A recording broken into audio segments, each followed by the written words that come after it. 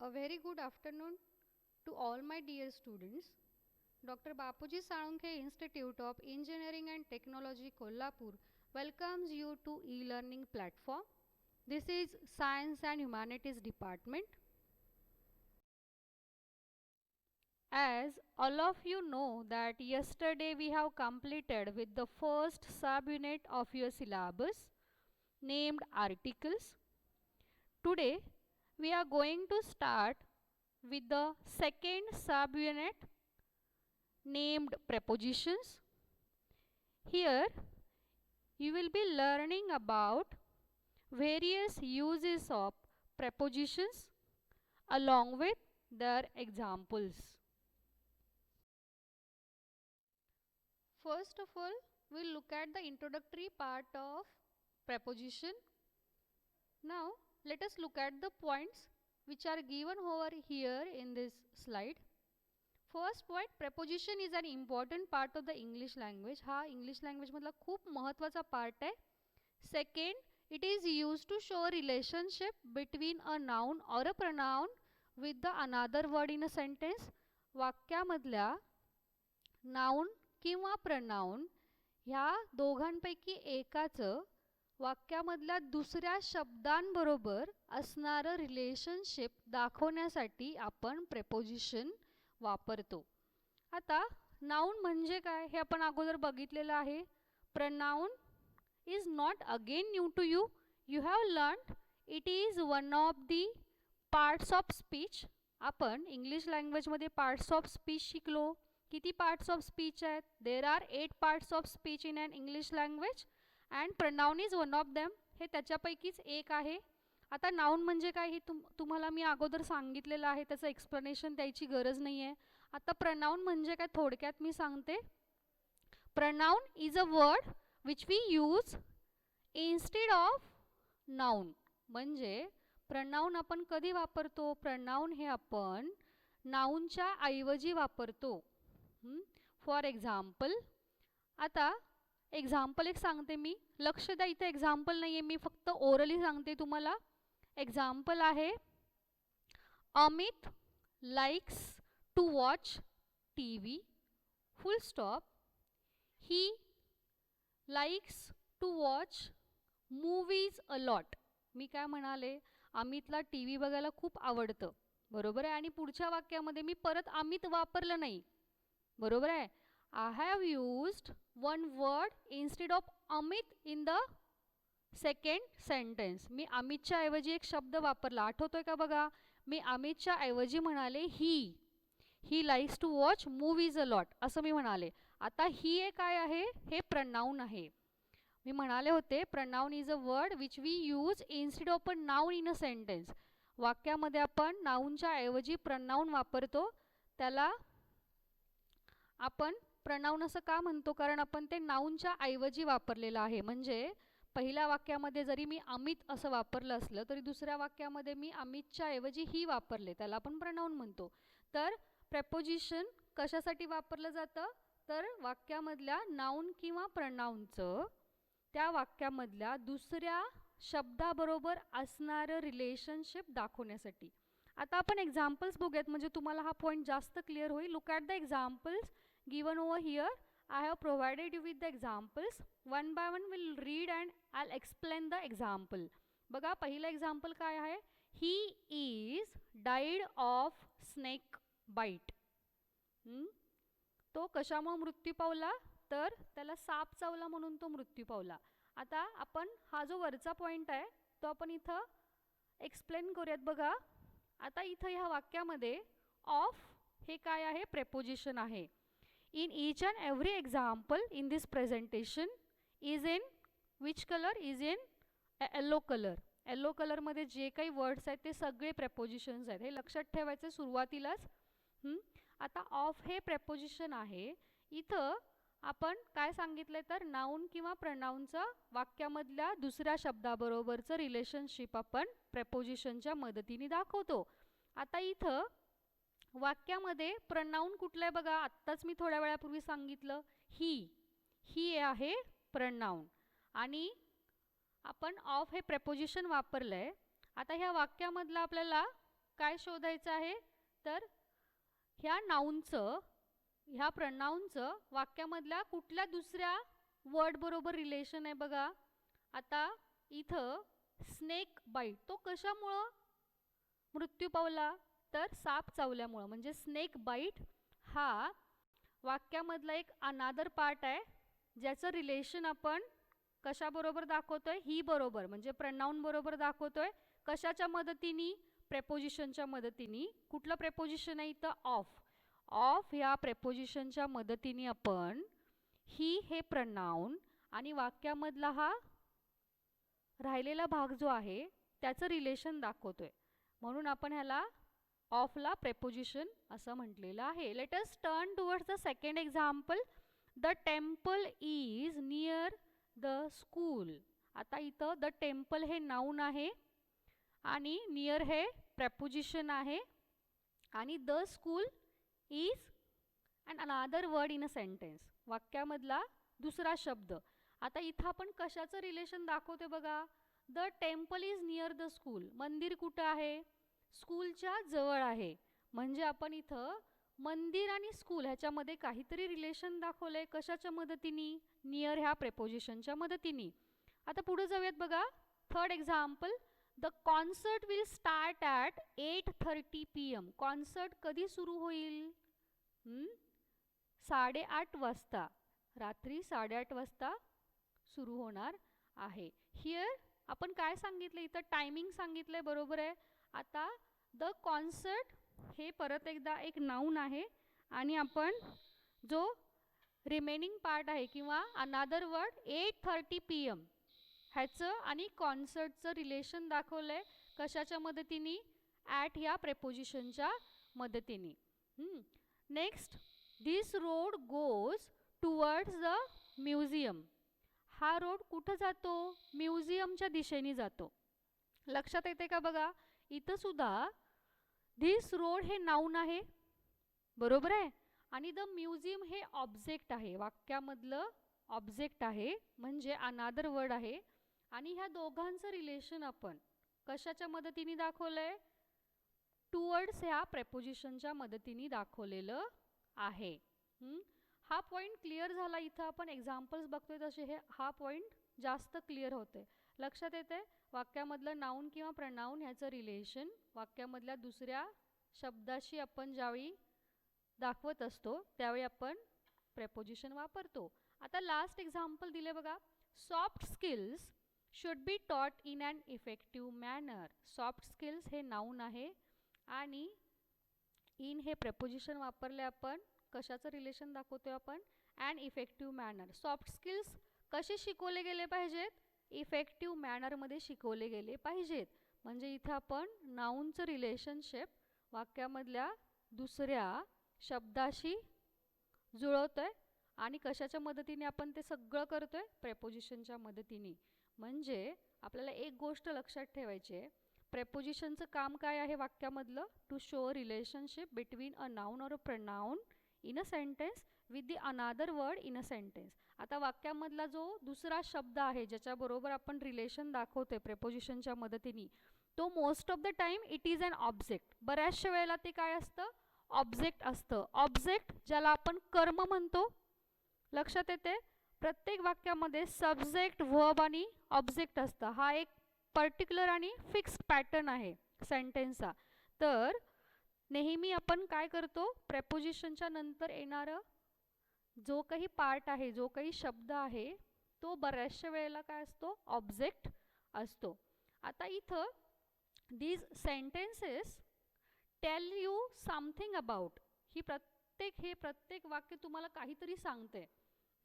आता बघा पहिलं वाक्य बघूया. तिथं काय सांगितलंय, he is died of snake bite. कशामुळं, स्नेक बाईटमुळं, बरोबर आहे. इथं रिझन सांगितलेलं आहे.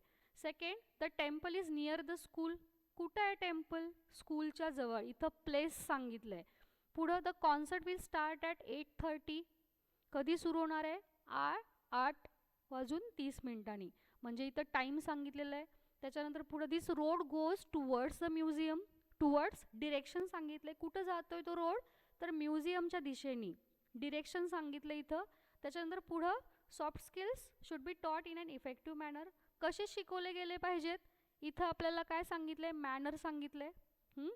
तर प्रत्येक वाक्यामधलं जे प्रेपोजिशन आहे ते वेगवेगळे व्ह्यूज वापरून आपल्याला मीनिंग कन्व्हे करत असतं. आता in the next slide will be looking at various prepositions which are generally used. Now, whenever we think about prepositions used in an English language, we'll find there are many prepositions used. Now, here in this slide, you are having one table where I have provided you with frequently used prepositions. म्हणजे prepositions खूप आहेत English लँग्वेजमध्ये, पण जे वारंवार वापरले जातात त्याची एक लिस्ट मी बनवली आहे. बघूयात आपण. What are those prepositions which are commonly or frequently used. Look at the columns.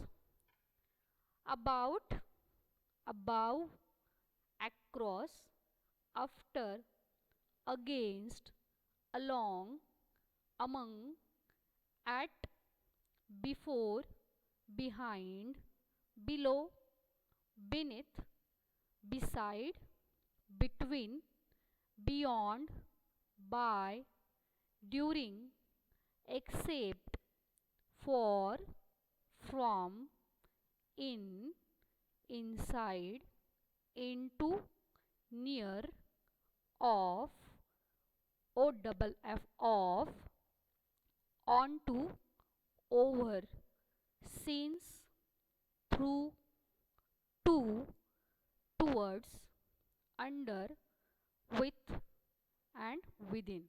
These are some of the frequently used prepositions. Now, we'll look at the examples which are there, and there we are going to use many of these prepositions given here in this table. Look at the title given over here in this slide. The title is Prepositions of Place or Location. Now listen carefully. We use prepositions to show what? To show relationship between a noun or a pronoun with the another word in a sentence. हे आपण बघितलं. आता इथे लक्ष द्यायचं आहे, prepositions आपण कशासाठी वापरतो? तो रिलेशनशिप दाखवण्यासाठी. Means in each and every sentence the function of a particular preposition is different.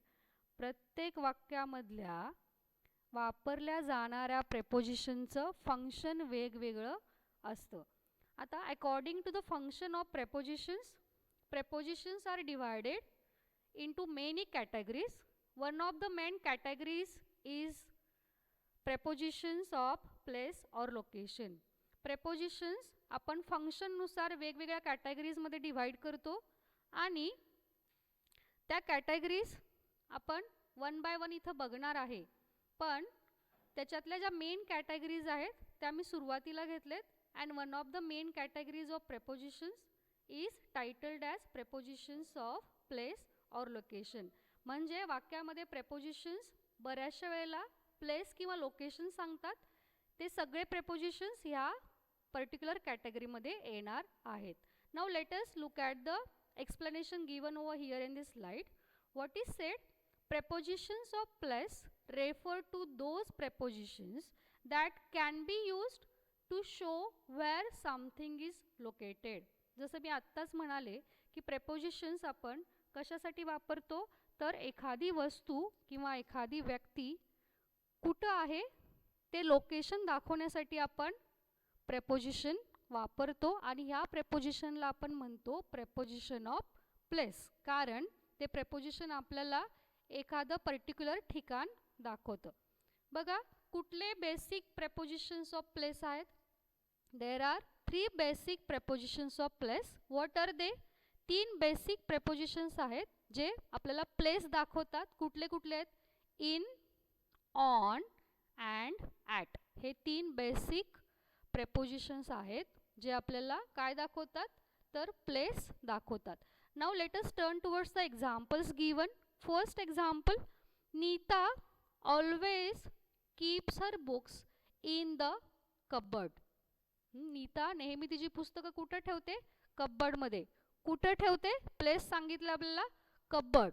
Now in हे प्रेपोजिशन आहे जे आपण कशासाठी वापरलेलं आहे तर पुस्तकांचं ठिकाण दाखवण्यासाठी वापरलेलं आहे. लक्षात येते? बघा दुसरं एक्झाम्पल बघूयात. The snacks are kept on the table. Where are the snacks? कुठे ठेवलेत स्नॅक्स? तर टेबलवर ठेवलेले आहेत. Now on is a preposition which is showing you location. Location दाखवत आहे. टेबलवर स्नॅक्स ठेवलेले आहेत. इथं आपल्याला लोकेशन दाखवलेलं आहे ऑन ह्या प्रेपोजिशनच्या मदतीनं. नाव the third sentence. The cashier was not at the counter.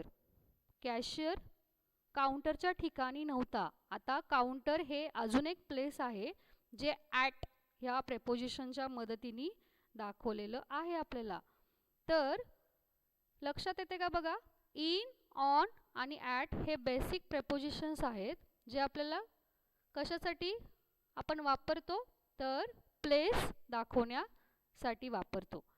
Now let us turn towards the next slide and look at the pictures along with the sentences.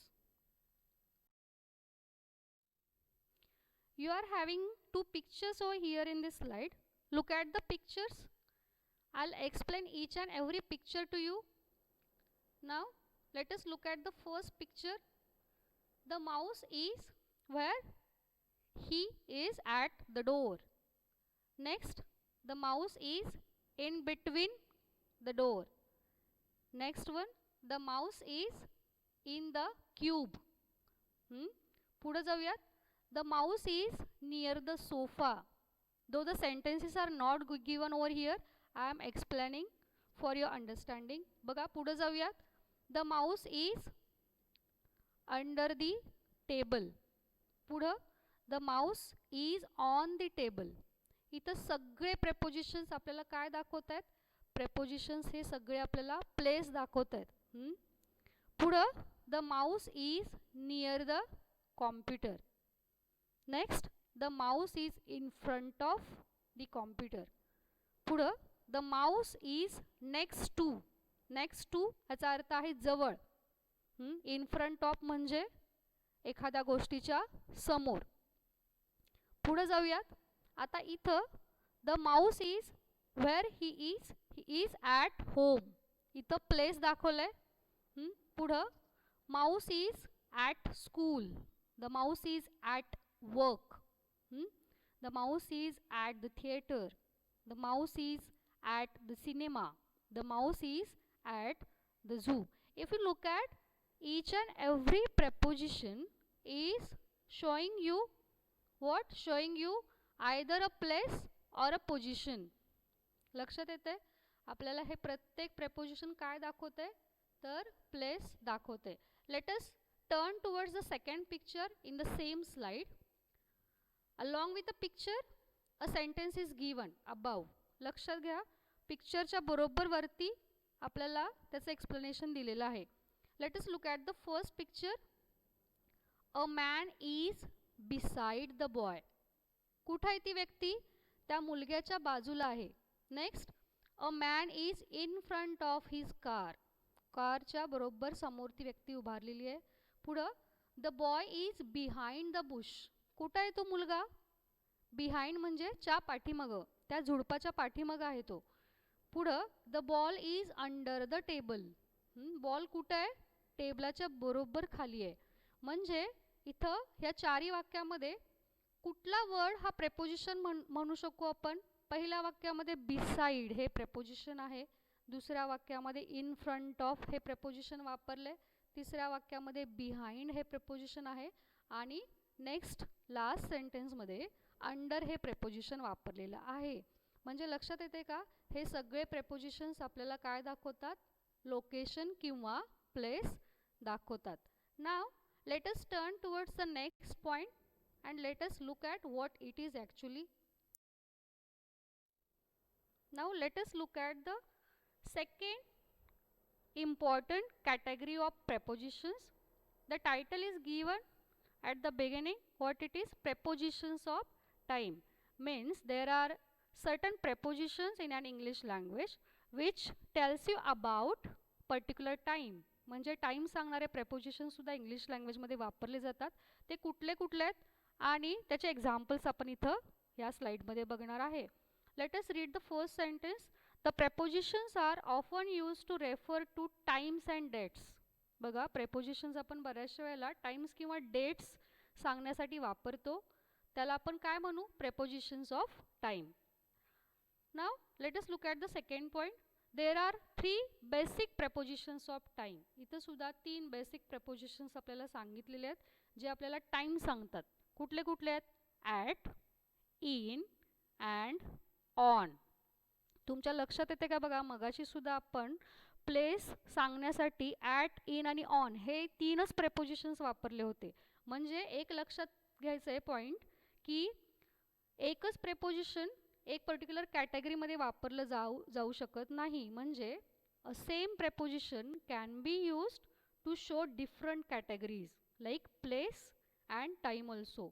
जसं आपण ॲट प्लेस सांगण्यासाठी वापरलं होतं, इथं सुद्धा आपण टाइम सांगण्यासाठी ॲट हे वापरतो. त्यामुळे आपण we cannot compartmentalised the prepositions. आपण कंपार्टमेंट वाईज ते डिवाइड नाही करू शकत. ॲट जसं प्लेस सांगण्यासाठी वापरलं जाऊ शकतं तसं बऱ्याचशा वेळेला ॲट हे टाइम सांगण्यासाठी वापरलं जातं. Means as per the sentences, as per the demand of the function of the particular preposition over there in a sentence, the pattern changes. त्या वाक्यामधल्या त्या प्रेपोजिशनच्या फंक्शननुसार, त्याच्या रिक्वायरमेंटनुसार त्याचं कॅटेगरी बदलत जाते. आता एक्झाम्पल्स बघूयात. बघा, फर्स्ट एक्झाम्पल काय आहे? The meeting will start at sharp 4 PM. Meeting किती वाजता सुरू होणार आहे? 4 वाजता. आता इथं काय सांगितलंय? ॲट हे काय सांगतंय? ॲट आपल्याला काय सांगतंय? तर टाइम सांगतंय. किती वाजता सुरू होणार आहे? 4 वाजता सुरू होणार आहे. म्हणजे इथं आपण मीटिंगचं टायमिंग सांगितलेलं आहे. कशाच्या मदतीने? ॲट ह्या प्रेपोजिशनच्या मदतीने सांगितलेलं आहे. Next sentence. You should complete the assignment in time. Assignment कधी पूर्ण करायची? वेळेत पूर्ण करायची. इथं आपण काय केलं आहे? तर असाइनमेंट कधीपर्यंत पूर्ण करायचं आहे ह्याचं पर्टिक्युलर टाइम सांगितलेलं आहे. नाव हिअर इन हे आपण प्रेपोजिशन वापरलेलं आहे असाइनमेंटचं कंप्लीशन कधीपर्यंत व्हायचं आहे हे सांगण्यासाठी. आता नेक्स्ट सेंटेन्स काय सांगते बघा.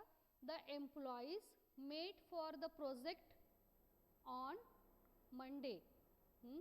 एम्प्लॉईज कधी भेटले प्रोजेक्टच्या संदर्भात? मंडेला. आता इथं आपण ऑन हे प्रेपोजिशन वापरलेलं आहे जे आपल्याला टाइम सांगते, एक पर्टिक्युलर डे सांगते. तर ह्याच्यावरून आपल्याला काय लक्षात आलं की prepositions are also used to show time or a day or date also. एखादी पर्टिक्युलर वेळ सांगण्यासाठी, एखादा पर्टिक्युलर डे सांगण्यासाठी किंवा इव्हन डेट सांगण्यासाठी सुद्धा आपण प्रेपोजिशन्स वापरतो. Now we are going to look at the pictures which are telling you about the prepositions of time.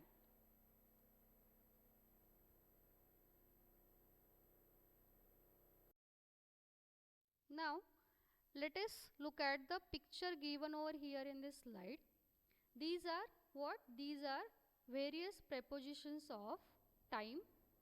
One by one we'll look at the prepositions used. First, in.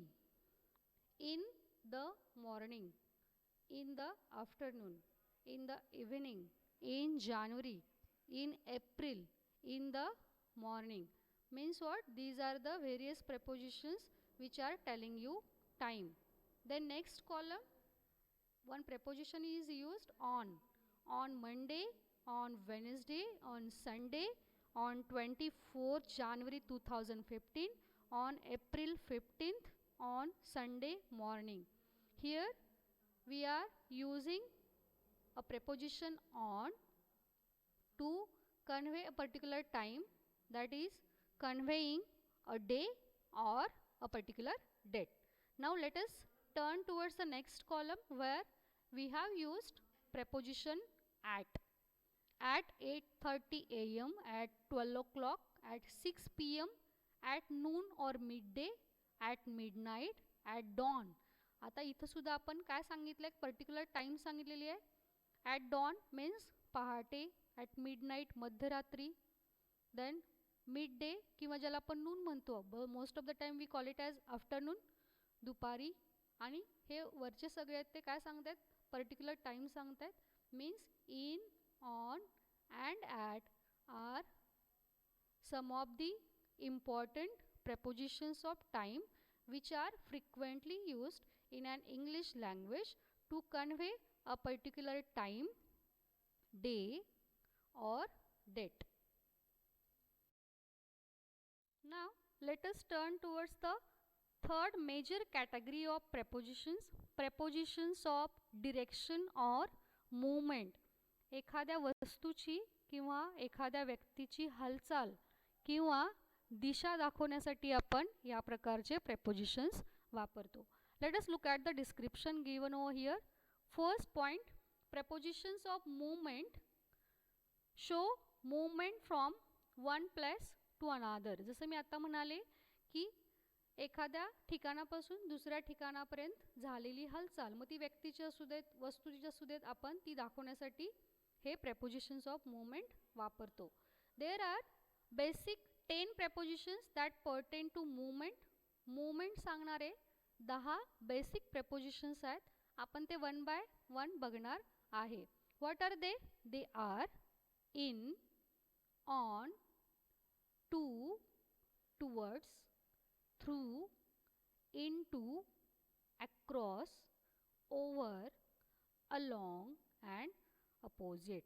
These are the basic 10 prepositions which tells you about either a direction or a movement of one thing or a person.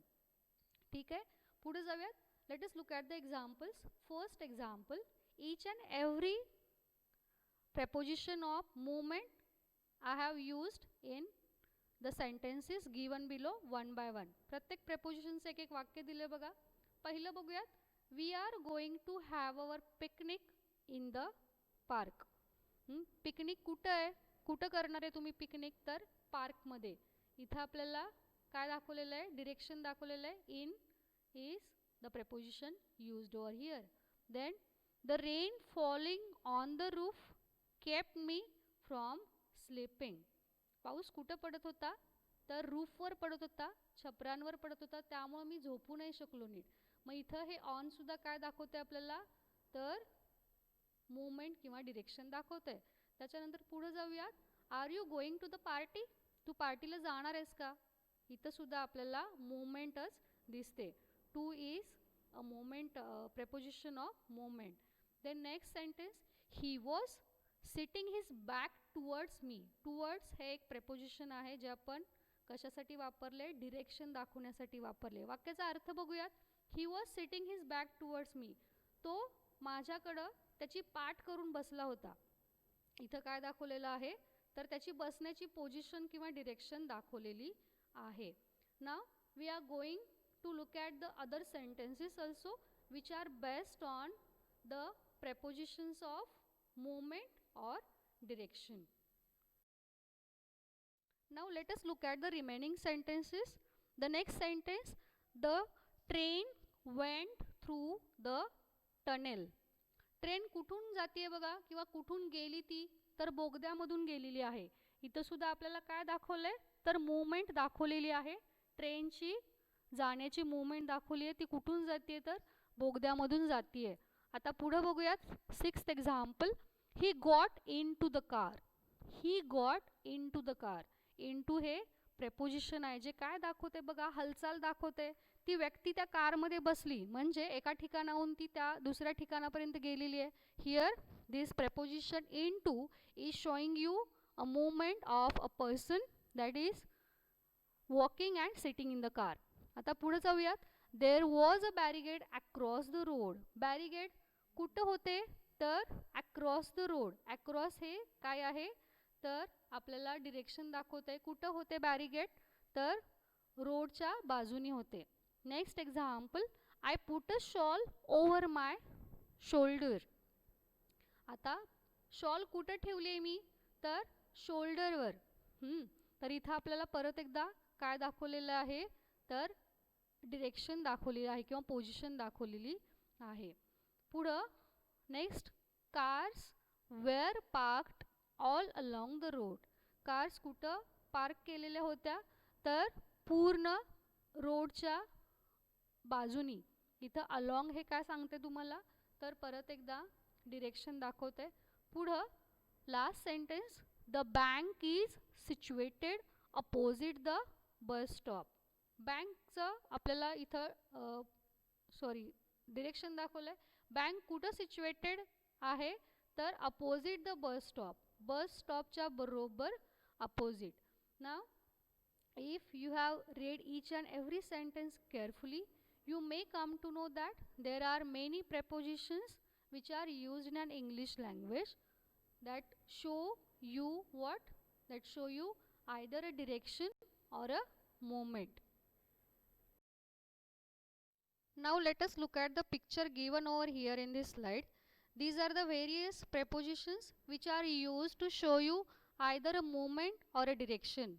One by one we'll look at the picture and I'll try to explain the meaning of the picture as the sentences are not given here in the picture. First picture, a girl is, what she is doing here? She is trying to climb up the stairs. Here the movement of her is shown here with the help of picture. Now in the next picture, the girl is, what she is doing? The girl is now coming down the stairs. Then the next picture, the girl is trying to walk across the road. The direction of the arrow shows you actually the movement of her. Then the next picture, the girl is trying to climb up and she is walking over the bridge. Next, she is doing what? She is walking under the bridge. The direction of the arrow shows you the movement. Then the next example, next picture, the girl is walking along the road. Along the road, along is one more preposition of movement. Then next picture, the girl is walking or the girl is going into the house. The movement is shown with the help of the arrow. See. Now next picture, the girl is, what she is doing? She is now coming out of the house. घरातून ती बाहेर येते. Look at the position of the arrow. This shows you her movement. Then the next picture, the girl is trying to walk through the town. Look at the position of the arrow through the town or through the door. Now next picture, the girl is now trying to pass the house, means she is trying to pass the house. Look at the position of the arrow. Then the next picture, the girl is walking round the tree or walking round the park. च्या भोवती ज्याला आपण मराठीमध्ये म्हणतो, ती काय करते, तर ती त्या ट्रीच्या किंवा पार्कच्या भोवती चालतीये बघा. Then the last picture, the girl is, what she is doing? The girl is walking from A to B. A पासून B पर्यंत जातीये ती. Look at the position of the arrow. Is it clear? I hope these pictures have cleared the points very well, and that's why I have used pictures there in this presentation.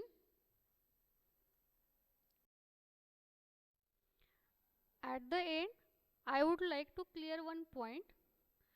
The topic prepositions is not at all completed yet. In the next lecture, we are going to start with the other uses of prepositions along with their categories. There I'll explain each and every category along with their concerned examples. Today this much is enough. Thank you so much.